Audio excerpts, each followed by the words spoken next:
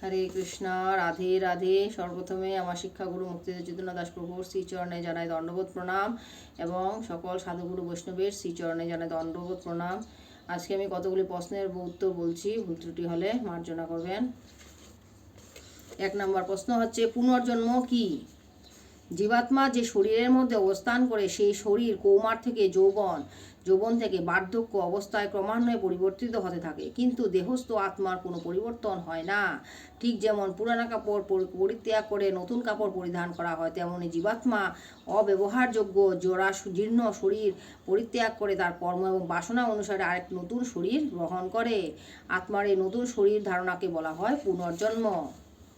কর্মবন্ধন কি? 2 নম্বর প্রশ্ন, জীব এই জগতে বিভিন্ন প্রকারে জড়কামনা বাসনা নিয়ে কর্ম করে থাকে, কিন্তু সে তার প্রতিটি কৃতকর্মের ফলভোগ করতে বাধ্য থাকে। সেই কর্ম অনুসারে তাকে বারবার জড় শরীর ধারণ করতে হয়। নতুন শরীরে সে নতুন কর্ম করে এবং ওই সব কর্মের ফল ভোগের জন্য আবার তাকে জন্ম নিতে হয়। এইরকম চলতেই থাকে। এইরূপ বদ্ধ অবস্থাকে বলা হয় কর্মবন্ধন। জীবের 3 নম্বর প্রশ্ন, জীবের চরম লক্ষ্য কি? জীবের চরম লক্ষ্য হচ্ছে পরমেশ্বর ভগবানের সঙ্গে তার হারানো সম্পর্ককে পুনঃস্থাপন করে শ্রীকৃষ্ণের প্রতি ভক্তিমূলক সেবায় নিযুক্ত হওয়া, অর্থাৎ কৃষ্ণ প্রেম লাভ করা। 4 নম্বর প্রশ্ন, আনন্দের উৎস কি? সর্ব আনন্দের উৎস হচ্ছেন সচ্চিদানন্দময় ভগবান শ্রীকৃষ্ণ। জীব যে নিত্য আনন্দ লাভের আশা করছে, তার জন্য তাকে পরম পুরুষ ভগবানের সঙ্গে তার নিত্য অবিচ্ছেদ্য প্রিয়ময় সম্পর্ককে পুনঃস্থাপন করতে হয়। অহংকার কি? অহংকার কয় প্রকার ও কি কি বর্ণনা করো? 5 নম্বর প্রশ্ন, অহংকার 2 প্রকার, সত্য অহংকার এবং মিথ্যা অহংকার। আমি চিন্ময় আত্মা, কৃষ্ণের নিত্য দাস, এরকম ভাব নিয়ে শ্রীকৃষ্ণের প্রতিবিধানের উদ্দেশ্য কর্ম করা, সেই ভাবকে বলা হয় সত্য অহংকার। আর আমি এই জড় শরীর এবং আমার শরীরের প্রতিবিধানের জন্য আমি কর্ম করব, এই রকম অহংকারকে বলা হয় মিথ্যা অহংকার। 6 নম্বর, ভগবান কে? শ্রীকৃষ্ণ হচ্ছেন ভগবান, যার থেকে সমস্ত বিশ্ব ব্রহ্মাণ্ড সৃষ্টি হয়েছে, যিনি সমস্ত বিশ্ব ব্রহ্মাণ্ড পালন করেন এবং সংহারের কারণ হন, তিনি হচ্ছেন ভগবান।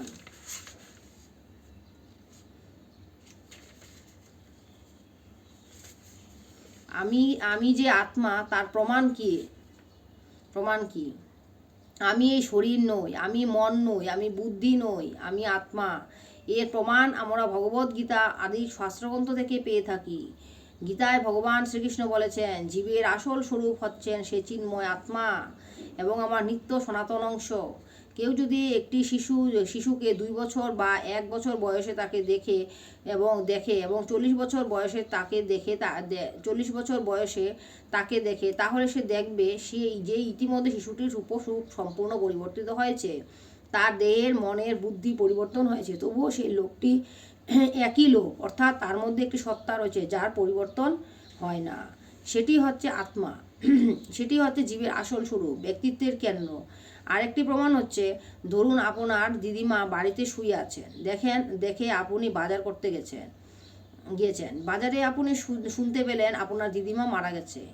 বাড়ি ফিরে এসে দেখছেন বাজার যাওয়ার আগে দিদিমা যেভাবে খাটের উপর শুয়েছিলেন, এখনও ঠিক সেই রকমভাবেই শুয়ে আছেন এবং তার চারপাশে ঘিরে আপনার বাবা বলছেন, ও আমার মা চলে গেল, ভাই বলছে দিদিমা চলে গেল, কি ইত্যাদি। আপনি দেখতে পাচ্ছেন আপনার দিদিমা খাটে শুয়ে আছে, আবার সবাই চিৎকার করছে, মা চলে গেল, দিদিমা চলে গেল ইত্যাদি। এখন প্রশ্ন হচ্ছে, কে চলে গেল? সেটাই হচ্ছে আত্মা। আত্মা চলে গেলে শরীর জড় অবস্থা প্রাপ্ত হয়, শরীরের কোনো চেতনা লক্ষণ দেখা যায় না, অর্থাৎ শরীরটা অচেতন হয়ে যায়। এর থেকে আমরা বুঝতে পারি, আমি এই দেহ নই, মন নই, আমি হচ্ছে চিন্ময় আত্মা।